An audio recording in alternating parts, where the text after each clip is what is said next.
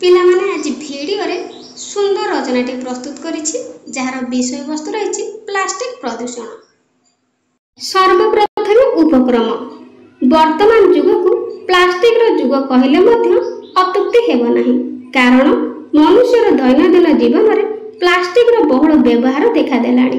ଏକଦା ଆଧୁନିକ ଉଦ୍ଭାବନର ଏକ ଆଶ୍ଚର୍ଯ୍ୟ ଭାବରେ ପରିଚିତ ପ୍ଲାଷ୍ଟିକ ବର୍ତ୍ତମାନ ଏକ ଶସ୍ତା ଏବଂ ସ୍ଥାୟୀ ପଦାର୍ଥ ଭାବରେ ମନୁଷ୍ୟର ଦୈନନ୍ଦିନ ଜୀବନର ପ୍ରତ୍ୟେକ କ୍ଷେତ୍ରରେ ଅତି ଆବଶ୍ୟକ ହୋଇଯାଇଛି।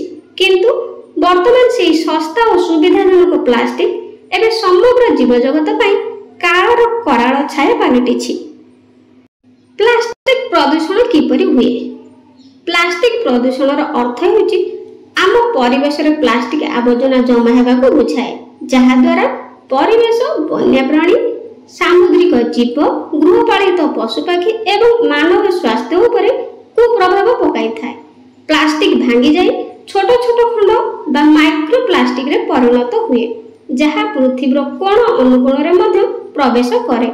ଏହା ମୁଖ୍ୟତଃ ପ୍ଲାଷ୍ଟିକ ବ୍ୟାଗ, ବୋତଲ, ଷ୍ଟ୍ର, ଶିଳ୍ପ ଏବଂ ପ୍ଲାଷ୍ଟିକ ଆବର୍ଜନା ଦ୍ୱାରା ପ୍ରାକୃତିକ ଜଳ ପ୍ରଣାଳୀକୁ ଅବରୋଧ କରିଥାଏ। ପ୍ଲାଷ୍ଟିକ ପ୍ରଦୂଷଣର ପ୍ରଭାବ। ପ୍ଲାଷ୍ଟିକ ପ୍ରଦୂଷଣର ପରିଣାମ ଅତ୍ୟନ୍ତ ଭୟଙ୍କର, ଯାହା ଜୈବ ବିବିଧତା, ମାନବ ସ୍ୱାସ୍ଥ୍ୟ ଏବଂ ଆର୍ଥିକ ସ୍ଥିରତାକୁ ପ୍ରଭାବିତ କରେ। ପ୍ରତିବର୍ଷ 1 ନିୟୁତରୁ ଅଧିକ ସାମୁଦ୍ରିକ ପକ୍ଷୀ ଏବଂ 1 ଲକ୍ଷ ସାମୁଦ୍ରିକ ସ୍ତନ୍ୟପାୟୀ ପ୍ଲାଷ୍ଟିକ ଗ୍ରହଣ, ପ୍ଲାଷ୍ଟିକ ବର୍ଜ୍ୟବସ୍ତୁ ମଧ୍ୟରେ ଫସିଯାଏ କିମ୍ବା ଛନ୍ଦି ହୋଇ ମୃତ୍ୟୁବରଣ କରନ୍ତି। ଗାଈ ପରି ଗୃହପାଳିତ ଜୀବ ପ୍ଲାଷ୍ଟିକକୁ ଖାଇ ଗୁରୁତର ସ୍ୱାସ୍ଥ୍ୟ ସମସ୍ୟାର ସମ୍ମୁଖୀନ ହେବା ସହ ମୃତ୍ୟୁବରଣ କରୁଛନ୍ତି। ମାନବ ସ୍ୱାସ୍ଥ୍ୟ ଉପରେ ପ୍ରଭାବ। ମାନବ ରକ୍ତ, ଫୁସଫୁସ ଏବଂ ଖାଦ୍ୟ ନଳୀରେ ମାଇକ୍ରୋପ୍ଲାଷ୍ଟିକ ମିଳୁଛି, ଯାହା ଦୀର୍ଘକାଳୀନ ସ୍ୱାସ୍ଥ୍ୟ ସମସ୍ୟା ସୃଷ୍ଟି କରୁଛି। ପ୍ଲାଷ୍ଟିକ ଅଳିଆରୁ ବିଷାକ୍ତ ରାସାୟନିକ ପଦାର୍ଥ ଭୂତଳ ଜଳରେ ମିଶି ପାନୀୟ ଜଳ ଉତ୍ସକୁ ଦୂଷିତ କରୁଛି ଏବଂ କର୍କଟ, ହର୍ମୋନ ଅସନ୍ତୁଳନ ଏବଂ ବିକାଶମୂଳକ ବିକାର ଭଳି ରୋଗର କାରଣ ହେଉଛି। ଆର୍ଥିକ ପ୍ରଭାବ। ବିଶ୍ୱ ବ୍ୟାଙ୍କ ଆକଳନ କରିଛି ଯେ ପ୍ଲାଷ୍ଟିକ ପ୍ରଦୂଷଣ ସାମୁଦ୍ରିକ ପରିସଂସ୍ଥାକୁ ବାର୍ଷିକ $13 ବିଲିୟନ କ୍ଷତି ପହଞ୍ଚାଏ, ଯାହା ମତ୍ସ୍ୟ ଓ ପର୍ଯ୍ୟଟନ ଶିଳ୍ପକୁ ପ୍ରଭାବିତ କରେ। ଦେଶଗୁଡ଼ିକ ସଫେଇ ପ୍ରୟାସରେ କୋଟି କୋଟି ଟଙ୍କା ଖର୍ଚ୍ଚ କରୁଛନ୍ତି, ତଥାପି ଦ୍ରୁତ ପ୍ଲାଷ୍ଟିକ ଉତ୍ପାଦନ ଏବଂ ବ୍ୟବହାର ଯୋଗୁଁ ଏହି ସମସ୍ୟା ବୃଦ୍ଧି ପାଇବାରେ ଲାଗିଛି।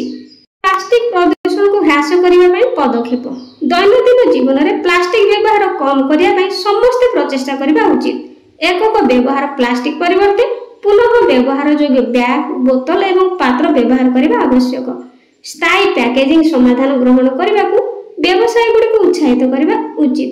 ପୁନଃ ପ୍ରକ୍ରିୟାକରଣ ଦକ୍ଷତା ବୃଦ୍ଧି ପାଇଁ ଅଳିଆ ପୃଥକୀକରଣକୁ ଉନ୍ନତ କରିବା ଏବଂ ପ୍ଲାଷ୍ଟିକ ଆବର୍ଜନାର ଯଥାସମ୍ଭବ ପୁନଃ ପ୍ରକ୍ରିୟାକରଣ ଆବଶ୍ୟକ। ପ୍ଲାଷ୍ଟିକ ପ୍ରଦୂଷଣର ସ୍ଥାୟୀ ମୁକାବିଲା ପାଇଁ ସରକାରୀ ନୀତି, ବ୍ୟବସାୟିକ ତଥା ଶିଳ୍ପ ସଂସ୍ଥାମାନଙ୍କର ଦାୟିତ୍ୱବୋଧ, ଜନସଚେତନତା ଏବଂ ବ୍ୟକ୍ତିଗତ ପ୍ରୟାସ ଏକାନ୍ତ ଜରୁରୀ। ଉପସଂହାର ବା ଶେଷ କଥା। ପ୍ଲାଷ୍ଟିକ ପ୍ରଦୂଷଣ ଏକ ଭୟଙ୍କର ବିପଦ, ଯାହା ଆମ ବିଶ୍ୱକୁ ଗ୍ରାସ କରିବାକୁ ବସିଛି, କିନ୍ତୁ ଏହାକୁ ନିୟନ୍ତ୍ରଣ କରିବା ଆମ କ୍ଷମତା ବାହାରେ ନୁହେଁ।